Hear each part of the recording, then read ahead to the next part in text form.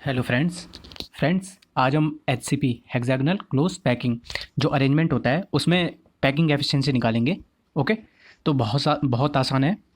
देखो कैसे पहले पैकिंग एफिशिएंसी आपको पता है होती क्या है। ओके, जो भी जितना भी परसेंट जो यूनिट सेल में एटम्स बोल सकते हैं, जो भी पार्टिकल्स होते हैं, ओके, उन्होंने कितना परसेंट एरिया कवर किया है यूनिट सेल में, उसको बोलते हैं पैकिंग एफिशिएंसी। ओके, तो देखो, वॉल्यूम ऑक्युपाइड बाई स्फीयर्स, ये स्फीयर्स पार्टिकल्स हैं, चाहे वो एटम है, एटम्स हो सकते हैं, मॉलिक्यूल्स हो सकते हैं, आयन्स हो सकते हैं। ओके, तो volume occupied by spheres in the unit cell divided by volume of H C P unit cell, okay, into 100। अब देखो, volume occupied by spheres in unit cell, तो एक स्फीयर होता है, जैसे जैसे स्फीयर है। ओके, तो स्फीयर का वॉल्यूम कितना होता है? 4/3 पाई आर क्यूब। ओके, हम ये मान लेते हैं कि जो ये स्फीयर है, ओके, इनका रेडियस आर है। ओके, तो ये 4/3 पाई आर क्यूब एक स्फीयर का रेडियस हो गया। ओके, अब देखेंगे हम इस पूरे यूनिट सेल में कितने स्फीयर्स हैं। ओके, तो सबसे पहले देखो, ये 1, 2 और 3 जो ये बीच वाले हैं ना, ये बॉडी सेंटर्ड है। देखो जैसे ये फिगर में देखो, ये 1, ये पीछे 2, ये 3। ओके, यहाँ देखो ये बॉडी के अंदर आ रहे हैं ना। ओके, 3, तो 3 हैं। ओके, प्लस अब देखो, ये एक ऊपर है और ये एक नीचे है, ये फेस सेंटर्ड है। ओके, तो क्योंकि जो ये यूनिट सेल है, ये और भी यूनिट सेल से टच होके फिर एक लैटिस बनाता है। ओके, तो ये क्योंकि फेस सेंटर्ड है और ये दूसरे यूनिट सेल से टच होगा, तो हाफ इसके पास आएगा और जो ये ऊपर का हाफ पोर्शन है वो दूसरे यूनिट सेल को जाएगा। तो इस यूनिट सेल को इस एक फेस सेंटर जो एटम है उसका हाफ मिलेगा। ओके, और इसका भी हाफ मिलेगा।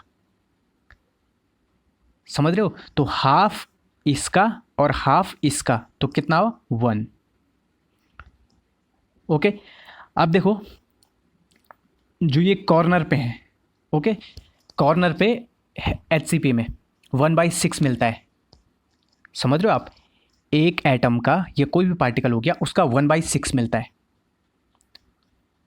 ओके, इसका मतलब क्या हुआ कि ये जो एटम हुआ या पार्टिकल हुआ वो 6 यूनिट सेल से टच हो रहा है, तो एक को 1/6 मिलेगा। ओके, तो हम टोटल देख लेते हैं कितने। तो 1, 2, 3, 4, 5, 6, 6 ऊपर है और 6 नीचे है। ओके, तो टोटल कितने हुए? 12। ओके, तो एक यूनिट सेल को एक कॉर्नर का 1/6 मिल रहा था। ओके, तो 12 का कितना मिलेगा? 12 इंटू 1/6। ओके, तो ये देख लो आप कितना हुआ? 2। तो 3, ये 4 और 2 6। ओके, तो हमारे पास इंटू 6 ही हो गया।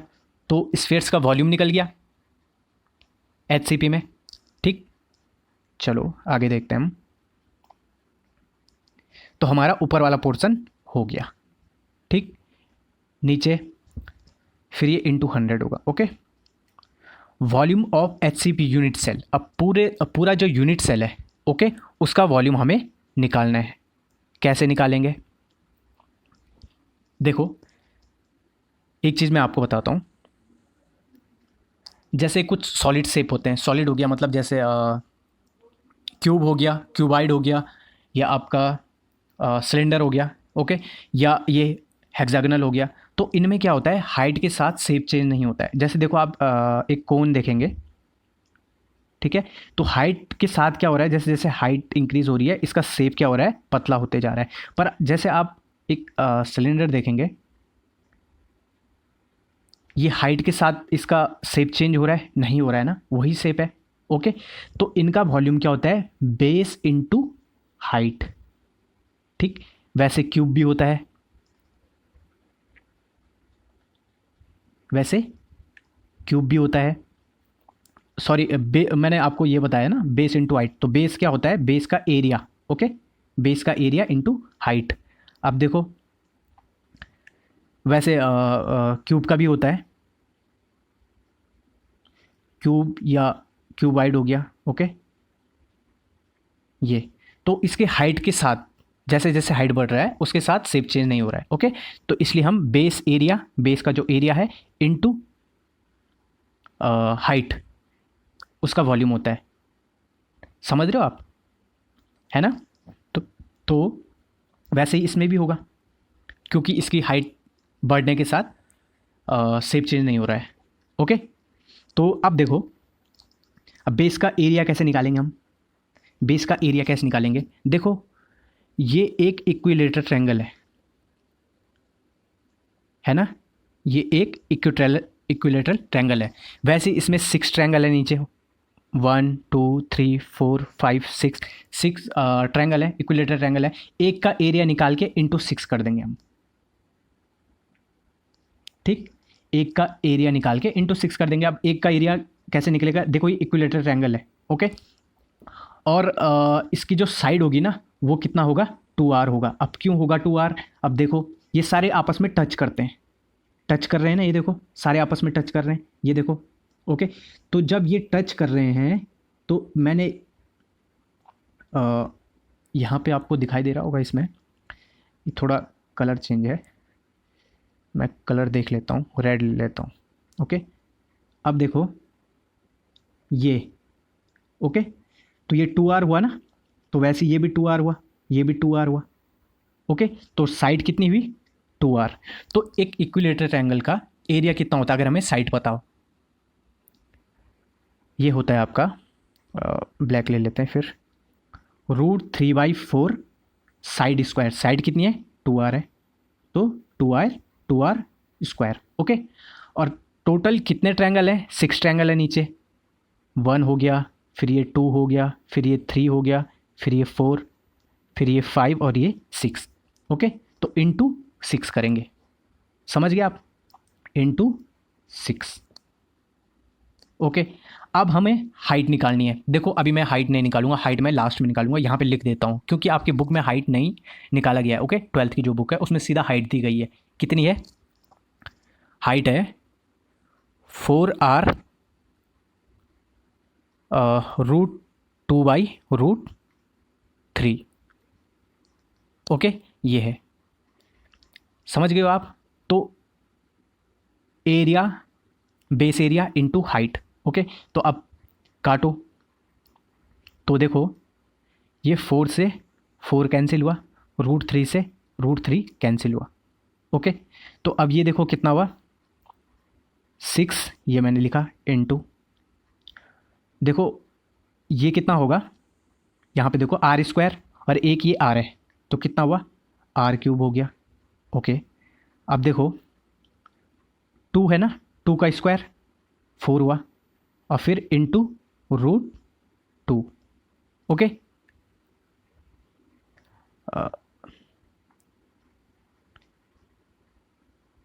ठीक है, तो ये कितना हुआ?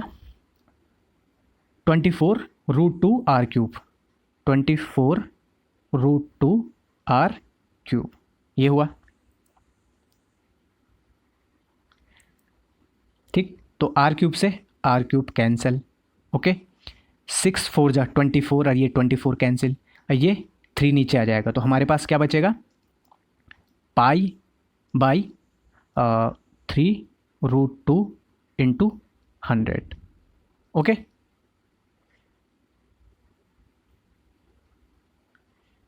ये हुआ, ये पाई है। पाई की वैल्यू कितनी होती है? 3.142 डिवाइडेड बाई, ये 3 है, तो 3 इंटू √2 की वैल्यू कितनी हुई? 1.414 इंटू 100। ओके, अब जब हम इसको सॉल्व करते हैं तो हमारे पास कितना आता है? 74%। ओके, तो क्यूबिक क्लोज पैकिंग जो FCC था उसमें भी 74% होता है पैकिंग एफिशिएंसी, और HCP में भी 74% ही होता है। ओके, अब हम आगे देखते हैं ये हाइट कैसे निकालते थे। जो हमने हाइट लिखी थी ना मैंने, तो वो हाइट कैसे निकालते हैं वो हम देखते हैं। ठीक है, अब हम देखेंगे जो हाइट थी वो कैसे निकालेंगे। देखो, ये जो 3 स्फीयर्स हैं बीच के, ये बॉडी सेंटर्ड है, ये वाले। ओके, और जो ये ऊपर और नीचे वाले 2 हैं ये फेस सेंटर्ड है, ये देखो। ये मिड में, ठीक। और जो हाइट हमें निकालनी है ये ऊपर से नीचे टोटल, जैसे यहाँ कहा था ना ये टोटल हाइट, ओके। वैसे ही इसमें ऊपर से नीचे टोटल हाइट निकालेंगे, ओके। देखो यहाँ मिड से यहाँ तक ये x होगा, हमने x लिया है, ओके। फिर यहाँ से यहाँ भी x होगा, तो टोटल हाइट 2x होगी। तो हम x की वैल्यू निकालेंगे तो हमें उसमें बाद में इंटू 2 कर लेंगे, तो 2x हमें हाइट मिल जाएगी, ओके। तो हमें क्या निकालना है, 2x निकालना है, ओके। अब देखो ये जो स्फीयर है, ओके, वो यहाँ पड़ेगा, तो इसका मतलब ये जो तीनों बॉडी सेंटर बीच में थे, ओके, मिड में है, उनसे टच होगा, तो टच होगा, तो इसीलिए ये डिस्टेंस यहाँ से यहाँ 2r होगी। आया समझ में? ठीक है, ओके। तो अब देखो ये 90 डिग्री होगा यहाँ पे, तो पाइथागोरस थ्योरम से फिर हमारे पास क्या होगा, ये n है, तो फिर पाइथागोरस थ्योरम से क्या होगा, n square plus x square is equal to 2r का होल स्क्वायर। सही है, चलो ठीक है। अब देखो x तो हमें निकालना ही है, ठीक है। अगर n को r की फॉर्म में निकाल दें तो सब काम हो जाएगा ना हमारा, ओके। अब देखो हो सकता है ऐसे, देखो ये सेंटर मिला दो तीनों सर्किल के, ओके, मिला दिए, ठीक है। अब देखो ये एक इक्विलैटरल ट्रायंगल बना और ये बीच में सेंट्रॉइड है, ट्रायंगल का सेंटर है, ओके। तो कोई भी लाइन वर्टिक्स से सेंटर तक आती है तो वो इस एंगल को बाइसेक्ट कर देता है। तो इक्विलैटरल ट्रायंगल का जो एक एंगल होता है वो 60 का होता है। तो अगर वर्टिक्स से सेंट्रॉइड तक लाइन बाइसेक्ट करता है एंगल, तो कितना होगा, ये वाला आधा कितना होगा, 30 होगा, होगा ना, ठीक। तो फिर ये 30 डिग्री होगा, ओके। और ये कितना होगा, यहाँ पे तक r होगा ना, ठीक। तो हम cos 30 निकालेंगे, cos 30 degree is equal to कितना होता है, देखो बेस, तो बेस कितना है, देखो यहाँ पे ये 90 डिग्री होगा, ठीक है ना, इसलिए बेस क्या होगा, ये होगा r। अब देखो ये 90 डिग्री क्यों होगा, क्योंकि जो ये है ना बीच में ये लाइन दिख रही है, ये इसको मीडियन कहेंगे, ओके, इस लाइन का मीडियन, ठीक। तो ये इसलिए 90 डिग्री होगा, ओके। तो r अपॉन n, ठीक। जिस cos 30 की वैल्यू क्या होती है हमारे पास, √3/2, ओके। तो यहाँ से हमारे पास n की वैल्यू कितनी निकल जाएगी, 2r/√3, ठीक। तो इसको अब हम यहाँ रख देंगे, तो स्क्वायर है तो इस टोटल को भी स्क्वायर कर देंगे, ठीक। तो 4r² अपॉन √3 का स्क्वायर कितना हुआ, 3, okay, plus x² is equal to 4r², ठीक। तो x² इज इक्वल टू, इसको उधर ले जा देंगे अब हम, ओके, माइनस कर देंगे, तो 4r² माइनस 4r²/3, ओके। तो 4r² को कॉमन ले लेंगे, 4r² को कॉमन ले लेंगे हम, तो सॉरी ये अंदर बचेगा 1 माइनस 1/3, ओके। तो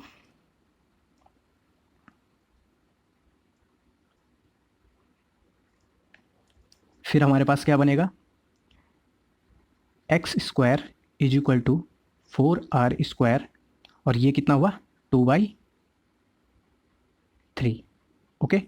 और अब हम रूट कर देंगे इसका, तो x इज इक्वल टू 4 का रूट कितना होगा, 2, ओके। 2 का कितना होगा, √2, और r² का कितना होगा, r/, और 3 का कितना होगा, √3, ठीक। तो ये हमारे पास x आ गया, ओके। अब हमें 2x निकालना था, तो इंटू 2 कर लेंगे, तो कितना हो जाएगा फिर हमारे पास, इंटू 2 करेंगे ना तो ये 4 हो जाएगा, तो 4 √2/√3 आर, तो ये हमारे पास हाइट हो जाएगी। आया समझ में? तो आई होप समझ में आया होगा आपके। तो ठीक है, थैंक यू।